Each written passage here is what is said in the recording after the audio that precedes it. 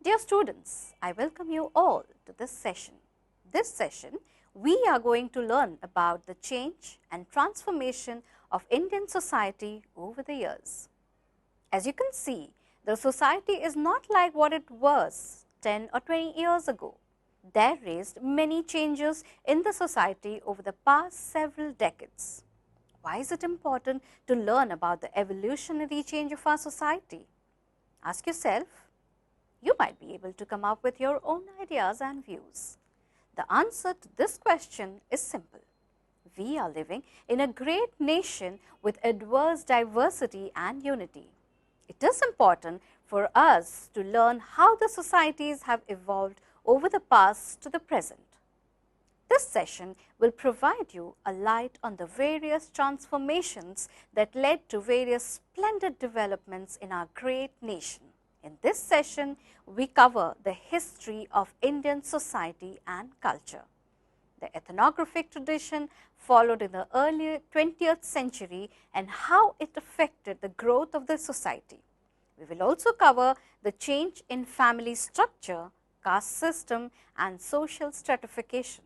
Finally, we will discuss about the evolved transformed society. So, dear students, let us together now learn about the change and transformation in Indian society. This short video will guide you to learn about the evolution and rise of the transformed Indian society. History of Indian society and culture.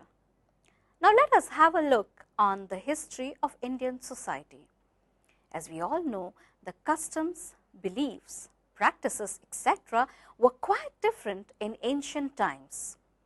India witnessed the evolution of many organizations. Can you name any of them? Yes, you're right, the Indus Valley Civilization. The Indus Valley Civilization paved a way for well-constructed roads, brick-built houses, public baths, figure of people and deities, seals, etc. Some of this exposed the artistic skill of the people. Let us now learn about literacy sources for ancient Indian society. Evolution of Indian society is much reflected in the Sanskrit and Indo-Aryan literature. Rig Veda is one of the earliest literatures. Now, coming to the religion in ancient Indian society, do you know what Rig Veda is? Well, it mainly consists of mantras, mainly about nature and deities. It also contains various forms of religious rituals. Many of these Vedas was used to prolong life, heal diseases and face off evils, counteract venom attack and to cause bad for others. They even contained various slogans for the welfare of society. Does anybody know about what is Tantra? Tantra gives freedom to all irrespective of caste and sex regarding religious rites and observances. According to this, one's mother is considered the best spiritual guide. This even eradicated caste system to a small extent. For example, a low-class person who has attained high levels of tantric sadhana were considered as Brahman. Female deities as well as male deities were worships. Nature and various animals worship such as serpent worship was perhaps in vogue. Later on, Buddhism was established which opposed the Vedas and laid greater stress on meditation, mendicancy and self-discipline. Jainism arose about the same time. Now, let us have a look upon the caste system in ancient India. As we already know, the society in early India was divided into different castes. Does anybody know about the Varna theory? According to this theory, there were 4 categories of people. They are the Brahmanas, the Kshatriyas, the Vaishyas and the Shudras. Does anybody know the hierarchy of Varna theory? It had at the top Brahmins, followed by Kshatriyas, then Vaishyas and Shudras at the last. With the invasion of Mughal rulers, the caste system was merely replaced with kin-based caste system. Now coming to the culture of ancient Indian society. Do you know what the main attraction those times was? It was ornaments. The popular ones were necklaces, bangles, earrings, anklets, rings, etc. Other than gold and silver, even copper, ivory and bronze were used to make ornaments. Wheat and barley was widely used as food. The dresses used were both cotton and woolen. Can you name any of the relics? Yes, coins, toy cards, chains, dice, etc. Economy of Indian society. Do you know which occupation was the main source of income? Occupation related to agriculture. The principal domestic animals were sheep, bull, dogs, camel, elephant, etc. Can you name any of the chief craftsmen during ancient era? They were potter, mason, jewelers, stone cutters, carpenters, goldsmiths, etc. Trade was a major source of income. The main items of import were precious stones, tin and copper. Early 20th century ethnographic tradition. Coming to the second topic in our session today. Do you know what the term ethnography means? Well, ethnography is a means to represent graphically and in writing the culture of people. In this time span, anthropological discourses about Indian society have developed their own specificity, while at the same time the anthropology of India has also had a profound impact on the discipline as a whole. As well known, the cultures of Northeast India are already facing tremendous challenges from education and modernization.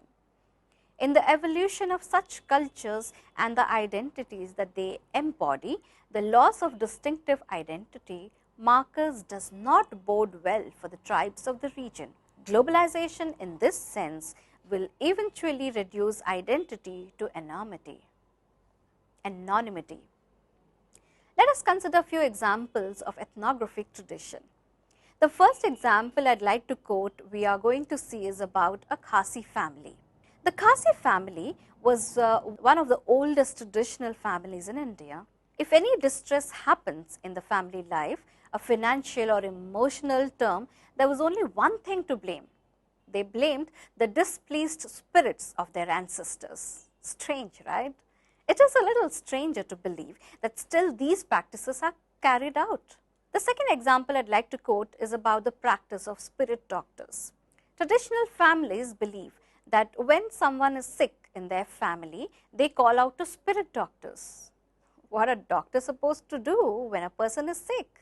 He has to first feel his pulse and look for the symptoms. But a spirit doctor feels for whether the person is possessed by the malevolent spirit. He sets up ritualistic ring. He sets up a seance where candles are placed. You will be amazed to hear that by the wick flickering, the spirit doctor finds that the person is possessed. It's strange to know such practices were practiced in India. So, as said earlier, ethnography is the study of accounting various cultural practices in India. Change in family structure and caste system. Change in family structure. Now, let us learn about the traditional family structure. Traditional joint family had a predominant position in rural India. It is followed by landed gentry and priestly caste. Even nuclear families existed during these days in India. But nuclear families were followed mainly among the lower caste people. So, from this we can understand that joint family is widely accepted than nuclear family. As we all are citizens of India, it is important for us to identify the major factors that brought about changes in family structure. Can you guess any of the factors that affected the family structure in India? Yes, you are right. The common factors are economic, educational, legal, demographic, etc. Now, let us look at each factor one by one that had connected, affected on different aspects of family structure. Factors that influenced disintegration of joint family. Factors that we are going to discuss are in general the factors that not only lead to the disintegration of joint family, but also are effect of British rule in India. The first factors we are going to see are the economic factors. Can you point out any economic factor that comes to your mind? I'm sure that you might have thought of financial aspects, didn't you? You're right. Introduction of cash transactions and other technological advancements are some of the economic factors. The British rule encouraged cash payment for goods and services. It also provided many job opportunities. So, since the entire job opportunities were in the city, they had to be separated from their family. Sometimes they may just take their wife and children and move away. The next factor that we are going to discuss is educational factors. As we all know, educated people have a different effect on family than the uneducated people. Education provides a way to understand some of the ill practices in Indian societies. For example, by means of education, only we were able to understand that child marriage, property rights of women and ill treatment of widows were all wrong. It even changed the perspective of marriage age. The next factor is the legal factor. Can you guess any one of the laws that affects family structure? Yes, you all thought it right. Legal rule regarding employment, education, property and marriage have affected the family system. For example, we can take the Hindu Succession Act of 1956.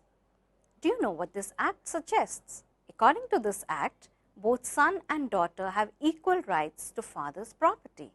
This changed the inheritance patterns. The final factor that we are going to see is urbanization. This process widely affected the family structure. We all know how urbanization has affected the family structure. It resulted in movement of certain members of the family to the cities in search of a job and other factors. What effects does urbanization have on families in villages? The other main factors are opportunities for higher education, heightened vision, increased occupational mobility, growing sense of individuality. Now, let us learn about changes in caste system. We know that in spite of varied forces, caste has adapted a new custom and remains significant in India. Let's have a look on the changes that have come under the caste system. Well, do you know at least one of the changes in the caste system? Have you ever heard of the term untouchability?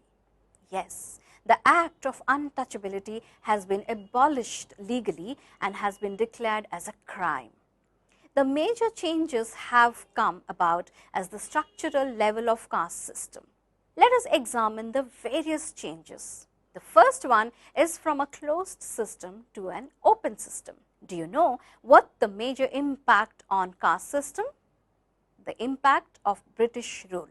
Let us now take a look on what is closed system and what is open system. A closed system is the one in which elements like class, power and caste are combined together. On the contrary, an open system is the one which the caste, class and power is dispersed with inequality. This system has more advantages open for lower classes and castes in terms of economic enterprise, employment, politics, education, etc. A point to be noticed here is that no system can be either fully closed or fully open. So, how can we say about change in caste? The major change in caste is the factor of modernization by the British. Another important change is the adoption of democracy, which gives all citizens equal justice, equality, liberty, etc. All the modern organization is at least formally free of caste. It is also to be noted that eradication of caste is a distant reality despite the indications to the country. Social stratification change. Let us ask a question to ourselves. What is social stratification? In simple English terms, it is the process of differential ranking, whereas society is divided into segments, and these segments are hierarchically ranked. Every society faces the tedious task of placing its members into various roles that are necessary for the society to withstand. These roles must be fulfilled with as little rivalry and commotion as possible. There must be people willing to perform roles with little status. As we all know, in your community, there are people who are doctors, lawyers, and teachers. Others collect trash, direct traffic, put out fires, but each profession has its own dignity. For example, consider roles as a deck of cards. You and I will be dealt number of role cards in our lifetime. In fact, we are playing several roles at any given time. Right now, you have been given a student role card to play, but you also have other role cards in your hand, such as a friend, a son or a daughter, a basketball player, etc. Many of your role cards came as a result of your birth, age or gender. Other cards you have earned, such as a student or sports person. In India, caste is a set or role card and the most important one. Once caste is fixed, that is, children inherit the status and functions of their parents. At birth, Indians are given their caste card. Our parents, relatives, teachers and friends tell us that what we make of our lives depends on us, and many of us think all societies should play by the same rules. But it is important to remember that there is no society where individuality is the sole benchmark for status. A person of very low caste, such as a sweeper, may get a good job that has nothing to do with the kind of work he does. With this wealth, the sweeper may build a fancy house, educate his children who then become doctors and other high recognized jobs. In India, castes are ranked. Caste members in a specific geographical area can identify those castes above and beneath them. Roles associated with the head, such as talking, teaching, thinking and learning, are considered pure. Brahmins at the top of the purity scale were scholars. Untouchables were at the bottom of the scale, collected garbage, skinned animals, cleared away human waste, cut hair and washed clothes. As you all know, there is also a range of pure and impure foods. Vegetables and grains are considered purer than meat and eggs. Fish is the purest of the non-vegetarian foods, followed by chicken, goats, pork and water buffalo. Sweet pastries, fried in a deep fat, are among the most widely acceptable foods from any caste. By observing how food is prepared and with whom it is shared, one can begin to determine the ranking on a purity pollution scale of the caste groups involved. Well, all of these have changed throughout the years and a new evolved society emerges. Transformed society. Now let us learn about the evolved transformed society. Every society has its own structure, but it changes whenever new forces of change emerge. Same is the case of Indian society and culture. As we all know that India is an agriculture-oriented country and 3/4 of her population is engaged in agriculture. It determines India's social organization and institutional unit. Besides, on account of historical reason, Indian society has a diversified cultural pattern. Further, in spite of this diversity, there exists unity among all cultural patterns. This unified form is known as the Indian culture.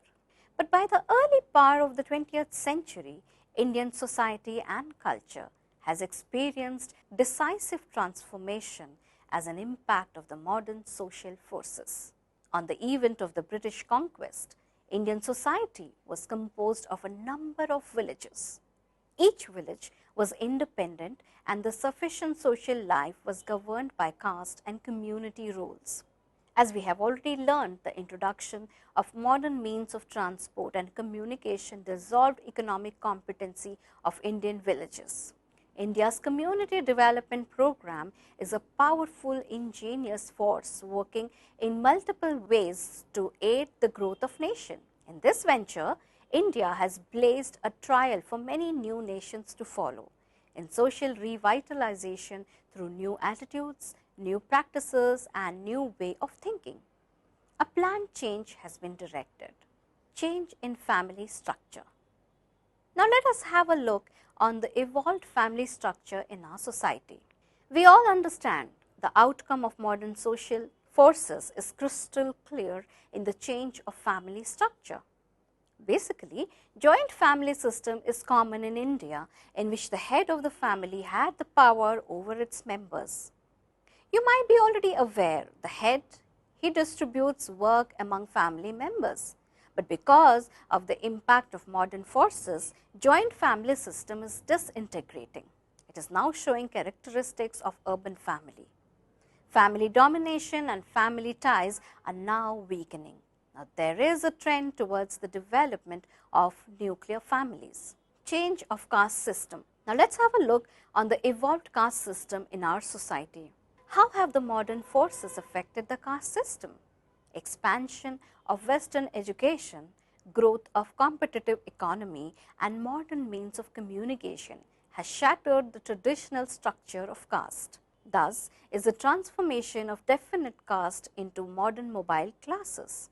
Certain castes have attained the liberty of upper classes, while certain castes are losing their once status. Changes in the social stratification. Now, coming to the evolved social stratification change in our society. Do you think we still follow the old rule of taking the same profession as our parents? No, we won't. Now, birth is no longer a criterion of role allocation. It is gradually being replaced by the achievement system. What was the impact of modern forces? Indian society is being changed from feudal system to capitalist system. Another transformation in the new society is increasing mobility. In India, caste system prevails the mobility of the people from one occupation to another. But the new class system has encouraged social mobility. Further, legal compulsion has also encouraged social mobility and social change. In the beginning of this session, we have seen about the history of Indian society and culture. We have outlined the religious, economic, literary and cultural aspects. We briefly had a look on what is history of Indian society was. In the second topic of this session, we had seen about the ethnographic tradition in India. Ethnographic tradition stated the various cultural practices that prevailed in the early 20th century. We had also seen few examples of various ethnographic studies of cultural practices. The third topic of our session was the change in family structure and caste system. We had outlined the factors that changed the concept of joint family to a nuclear one. Then we saw about the changes that forced the transformation of the caste system. The fourth topic that we covered was about social stratification. We learned about various roles played by people in their lives and how in each course of life our role changes. The last topic of our session is the evolved transformed society. We had outlined how the society has evolved during the past few decades.